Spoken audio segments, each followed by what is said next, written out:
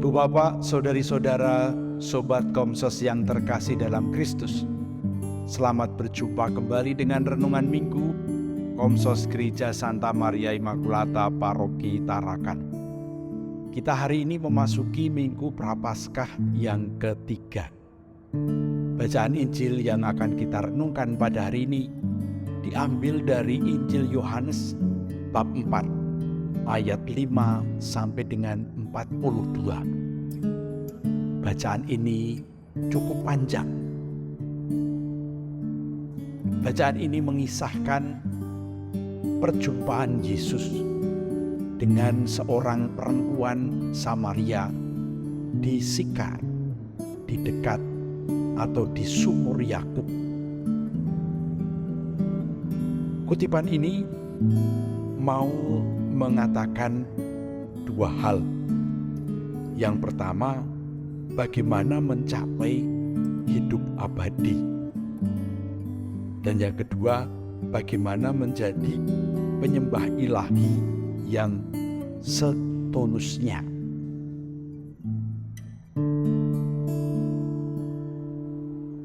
Percakapan perempuan Samaria dengan Yesus yang cukup panjang ini, kalau kita renungkan dengan sungguh-sungguh, amat sangat menarik dan sangat bermakna. Perempuan ini, ketika Yesus meminta kepadanya agar diberi air, dia bereaksi, bagaimana mungkin seorang Yahudi minta air kepada orang Samaria. Pada zaman itu, wilayah Israel dibagi tiga: Galilea, Nazaret di sebelah utara, dan Yudea, Yerusalem di sebelah selatan. Di tengah-tengah Samaria. Orang Galilea dan orang Yerusalem mempunyai nasionalisme sebagai orang Yahudi yang tulen, dan mereka mengecap orang-orang Samaria sebagai orang Yahudi yang tidak tulen lagi, karena mereka hasil percampuran dengan orang dari banyak tempat. Orang Yerusalem merasa lebih dekat dengan pusat peribadatan, maka mereka merasa lebih asli. Dan orang Samaria selalu dicap sebagai orang yang memberontak. Bahkan orang Samaria hanya mengakui 5 kitab Musa atau Pentateuch sebagai kitab suci, tidak seperti orang Yahudi yang lain. Banyak hal yang membedakan antara orang Yahudi dan orang Samaria, sehingga seringkali terjadi konflik, bahkan permusuhan.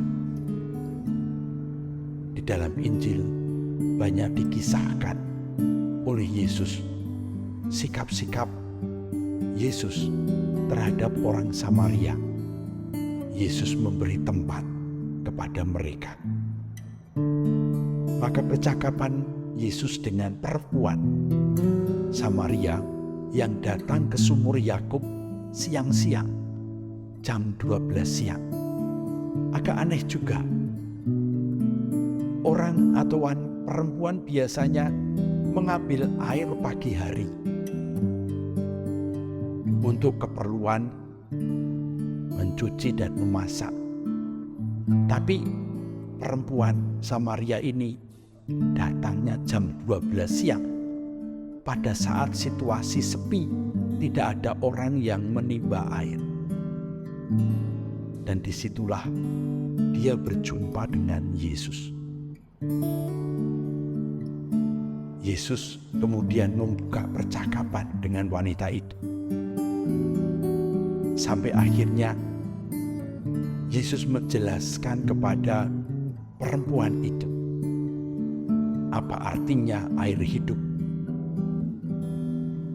Bahwa Yesus mempunyai air yang tidak akan membuat dia haus. Yesus bahkan memberitahukan kepada perempuan Samaria ini status dia, keadaan dia, bahwa dia punya beberapa suami. Yang menarik adalah setelah membuat percakapan yang panjang, perempuan Samaria ini yang semula curiga dengan Yesus, yang semula bersikap melawan atau tidak setuju dengan Yesus, akhirnya terbuka hatinya dan kemudian mampu mendengar dan memahami apa yang dimaksud oleh Yesus. Yesus pun di hadapan perempuan Samaria ini tidak mengadili dia, tidak menjelek-jelekan dia. Padahal pada zaman itu orang Yahudi memandang perempuan sebagai manusia kelas dua. Berbeda dengan orang Samaria. Mungkin justru karena percampuran yang ada pada orang Samaria dengan banyak orang dari berbagai macam bangsa, perempuan Samaria dihargai, dihormati, mempunyai tempat yang sepadan dengan laki-laki. Dan dalam perjumpaan dengan Yesus ini,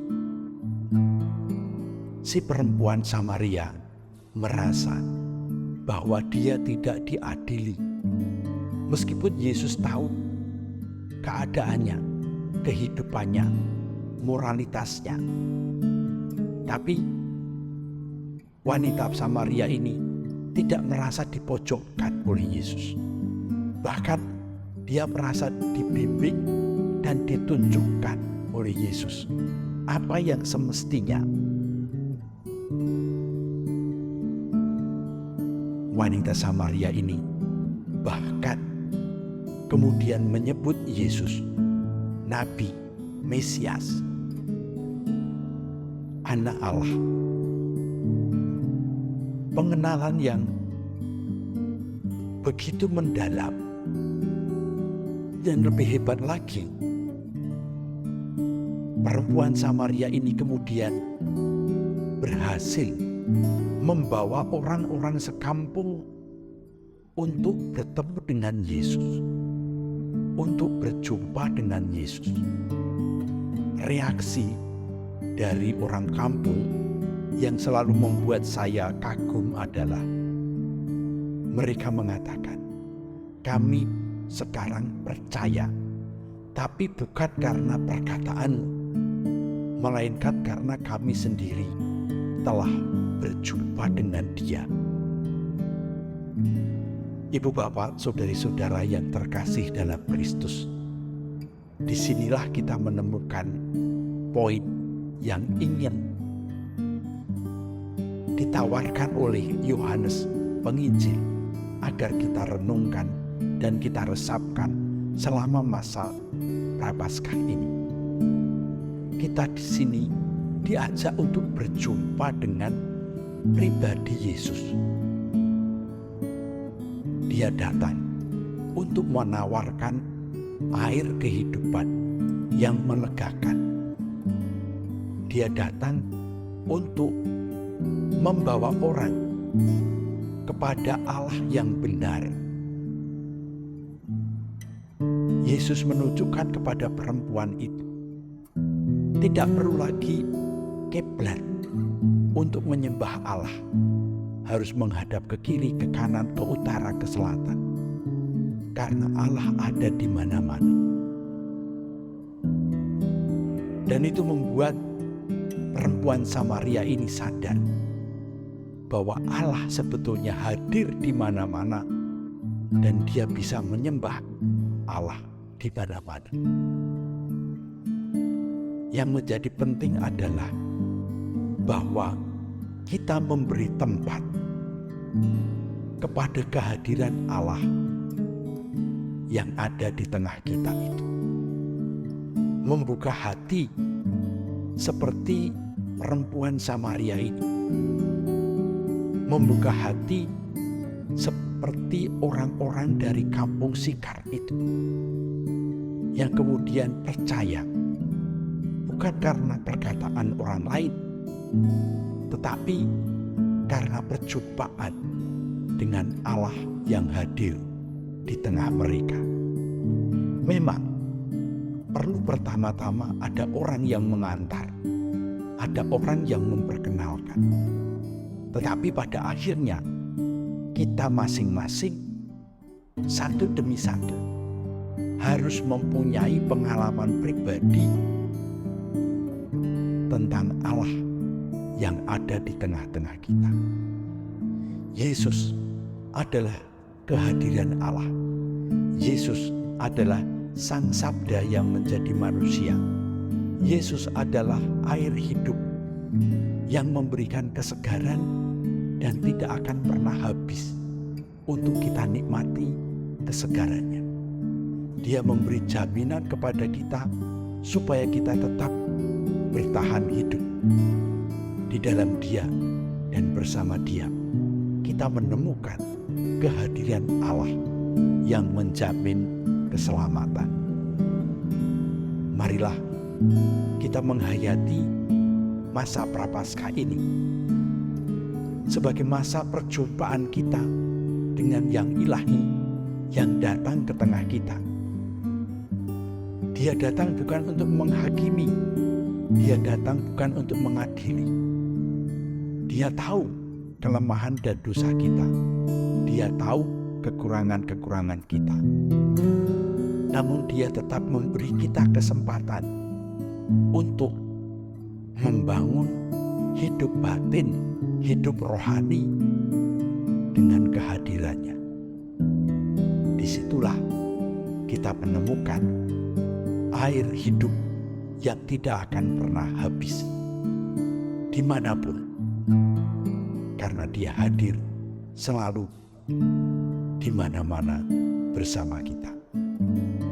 Semoga kehadirannya meneguhkan kita, menyegarkan kita, dan menyemangati hidup kita. Amin.